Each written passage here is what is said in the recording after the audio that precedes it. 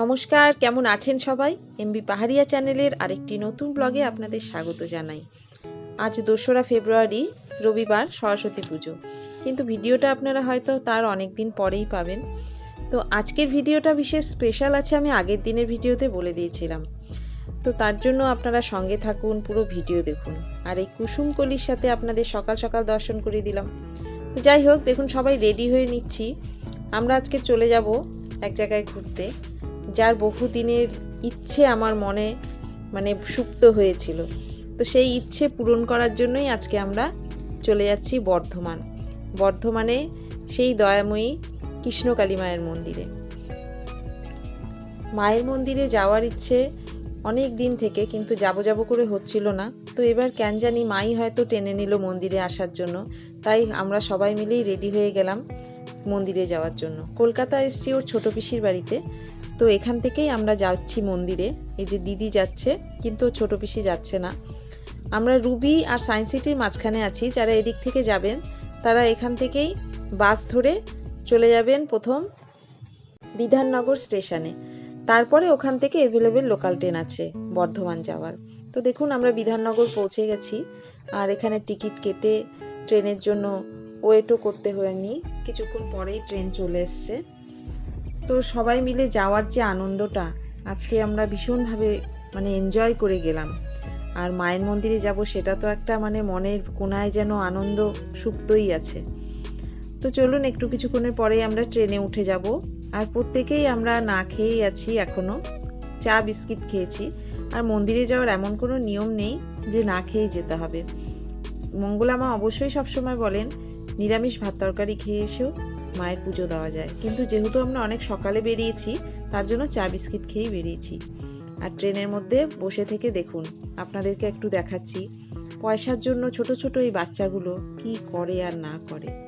এদের এখন দেখুন সত্যি কথা স্কুলে যাওয়ার বয়স, আর এই বয়সে এই ছোট ছোট বাচ্চাগুলো পয়সার জন্য কি না করছে, সত্যি ভীষণ খারাপই লাগে দেখলে পরে।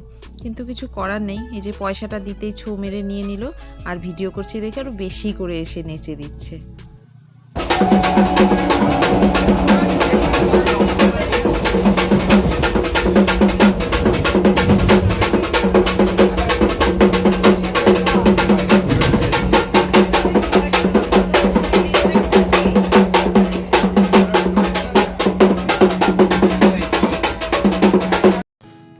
বসে থেকে থেকে সবারই খিদে পেয়ে গেছে, তার জন্য লোকাল ট্রেনে চিড়া মুড়ি এসব দিয়ে আপাতত আমাদের খিদা নিবারণ চলছে।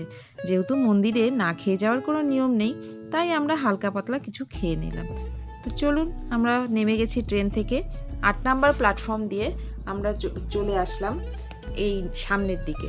তো ৮ নাম্বার প্ল্যাটফর্ম দিয়ে আসলে পরে সুবিধা হয় কি, টোটোটা খুব সহজেই পাওয়া যায়। তো চলুন টোটোওয়ালার সাথে কথা বলা যাক। বলছি নতুন মন্দির কিন্তু ওই যে নবাঘাটের ওখানে। তো ভাড়া কত করে? 30 টাকা করে। ঠিক আছে, মোবাইলেই দিয়ে আছে। টোটো ভাড়া মঙ্গলা মা ঠিক করে দিয়েছে 30 টাকা জনপ্রতি, এর বেশি কেউ নিতে পারবে না। আর মায়ের পুজোর ডালাও ঠিক করে দিয়েছে 50 টাকা 100 টাকা, এর থেকে বেশি কেউ বিক্রি করতে পারবে না। তো খুব ভালো হয়েছে, আমরা যেহেতু প্রথমবার আসছি আমাদের কোনো অসুবিধেই হলো না। যারা যারা নতুন আসবে তারা এভাবেই টোটো ধরে মন্দিরে চলে যেতে পারবেন। বাসের ভাড়া কত বললেন? 20 টাকা। মন্দির কটা পর্যন্ত খোলা থাকে? হ্যাঁ,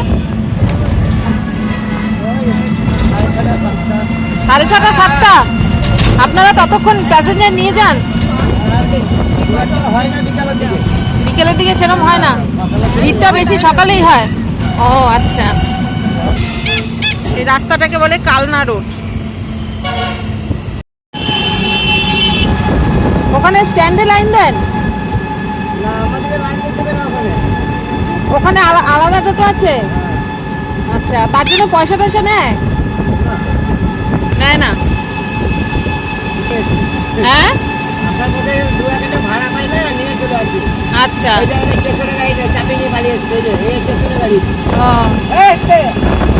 এরা মন্দির থেকে ঘুরে আসলো? আচ্ছা,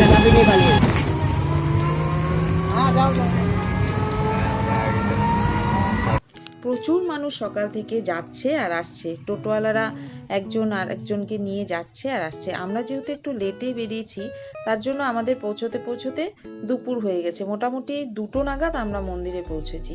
আর সকালের দিকে একটু ভিড় ছিল, কিন্তু আমরা পৌঁছে বেশ হালকাই পেয়েছি। আর টোটোতে যেতে যেতে ওনাদের সাথে কথা বলে অনেক কিছু জানতে পারলাম, যে কত ভাড়া, কতক্ষণ মন্দির খোলা। আর ওই যে হাই স্কুলটা, এই হাই স্কুলের উল্টা পাশে এই মন্দির। আমরা চলে এসেছি মন্দিরের কাছে। তো চলুন এখন এখানে আমরা নেমে মন্দিরের দিকে এগিয়ে যাই। ভীষণ আনন্দ হচ্ছে, বলে বোঝানোর মতো না। তো যেখানে আসার উদ্দেশ্যে আমরা এসেছি, অবশেষে আমরা সেখানে এসে গেলাম। এবার রাস্তা পার হয়ে ওই পারে যাব, ওই পারে গেলেই মায়ের মন্দির। চলুন যাওয়া যাক। এই যে মন্দিরের এখন আমরা রাস্তা দিয়ে ঢুকছি। ডান ধারের মাঠটা ফাঁকা আছে, আর বাঁদিকে যে গাড়ি রাখার বিশাল বড় পার্কিং। এখানে দূর দূরান্ত থেকে লোক এসে গাড়ি রাখে। আর রাস্তার দুই পার দিয়ে বিভিন্ন খাবার দাবারের দোকান, মায়ের ফটো, সব কিছু বসেছে। যারা মন্দিরে পুজো দেওয়ার উদ্দেশ্যে আসছেন, তারা পুজোর ডালা, ফুল, মালা সব কিছু এখান থেকে পেয়ে যাবেন। তো চলুন আমরাও আস্তে আস্তে এগিয়ে যাই, গিয়ে ভেতরে দেখি।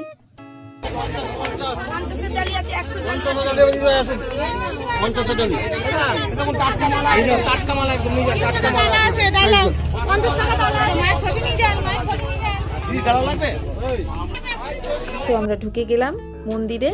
এই যে দেখুন সামনেই মন্দির, তবে এখানে ফটো তোলা, ভিডিও করা এগুলো নিষেধ আছে। তাও চুপ করে একটু চুপি চুপি তুলে ফেললাম কিছুটা ফটো। এই দেখুন কত বড় এলাকা জুড়ে এখানে জায়গাটা, বিভিন্ন গাড়ি টাড়ি সব রাখার ব্যবস্থা আছে। আর ওই দূরে মঙ্গলা মা ত্রিশূল ছোঁয়াচ্ছেন, সামনেই মায়ের মূর্তি আছে। এত যে আনন্দ হচ্ছে, পূর্বা বলছে মা যাকে ভিডিওতে দেখি এখন সে চোখের সামনে। ওর খুব ইচ্ছে মঙ্গলা মায়ের সাথে একটা ফটো তুলতে, তো সেই ফটোটা ও তুলেছে, সঙ্গে দিয়ে দেব, দেখবেন। তো আমরাও বাইরে চলে আসলাম, এসে এখানে মালা, ফুল, সাজি সব নিয়ে নিলাম। 50 টাকা, 100 টাকা ডালি। গিয়ে আবার লাইনে দাঁড়িয়ে পড়লাম। লাইন তখন বিশেষ একটা ছিল না, সকালের দিকেই ভিড় ছিল। তো এখানে দাঁড়িয়ে পূর্বাও ভীষণ খুশি। আর এই দেখুন কত গাড়ি, অনেক পেশেন্ট, দূর দূরান্ত থেকে অনেক লোক, যারা বহুদিন থেকে কষ্ট পাচ্ছে অসুখ বিসুখে, মানে না আসলে, না দেখলে কেউ বিশ্বাস করবে না। আর এই যে আমাদের ফুলের ডালা, সন্দেশ, মিষ্টি সবই আছে এর মধ্যে। মায়ের একটাই মন্ত্র, জয় কৃষ্ণকালী মায়ের জয়। সকলে এই নাম জপ করুন। দেখুন মা কালী তো কারুর হয়ে কথা বলে না, মা সবার জন্যই সমান, গরিব, দুঃখী, বড়লোক সবার জন্যই। তো যে ডাকবে প্রাণ ভরে সে অবশ্যই সাড়া পাবে। আর মায়ের একটাই ওষুধ, জবা ফুল। জবা ফুলের নিচের সবুজটা আর উপরের লম্বা শীতটা ফেলে দিয়ে যে কোনো সমস্যা হলে আপনি সকালে খালি পেটে একটা অথবা 2টো জবা ফুল খান, অবশ্যই উপকার পাবেন। তো এইটুকু মানলে পরেই যদি কেউ ভালো থাকে, তাহলে তো মাকে অবশ্যই ডাকবে, তাই না? আর এই হলো মায়ের ফটো, মা, মনটা ভরে যায় দেখলে। আর এই যে পূর্বার সাথে মঙ্গলা মা, পূর্বাকে আদর করে ফটো তুলছে। যাক, এটাও অনেক বড় প্রাপ্তি। উনি যে এত লোকের মঙ্গল কামনা করছেন, ভগবান উনারও ভালো করুক। তো আমরা প্রণাম করে ত্রিশূল ছুঁয়ে সব বাইরে এসে দাঁড়ালাম। আমি একটাই কথা বলবো, যারা শিলিগুড়ি থেকে আসবেন তারা খুব সহজেই এখানে এসে পৌঁছে যেতে পারবেন। শিলিগুড়ি থেকে কাঞ্চনকন্যায় টিকিট কেটে ভোরবেলা 5:30টায় এখানে বর্ধমানে নামিয়ে দেবে। বর্ধমানে নেমেই স্টেশন থেকে সোজা আপনি আসতে পারেন, অথবা কোনো হোটেলে বা কোনো আবাসনে থেকে স্নান করে মন্দিরে চলে আসলেন, সারাদিন থাকলেন, পুজো দিলেন। রাত্রি 10:30 নাগাদ কাঞ্চনকন্যা আবার বর্ধমানে আসে কলকাতা থেকে, সেই টিকিট করা থাকলে আপনি আবার চলে আসতে পারবেন। তো আজকের মতো ভিডিওটা এখানেই শেষ করছি। অবশ্যই আপনারা কিছু ইনফরমেশন পেলেন, ভালো লাগলে অবশ্যই লাইক, কমেন্ট, শেয়ার করে দিন। আসবো নতুন কোনো ভিডিও নিয়ে। জয় কৃষ্ণকালী মায়ের জয়।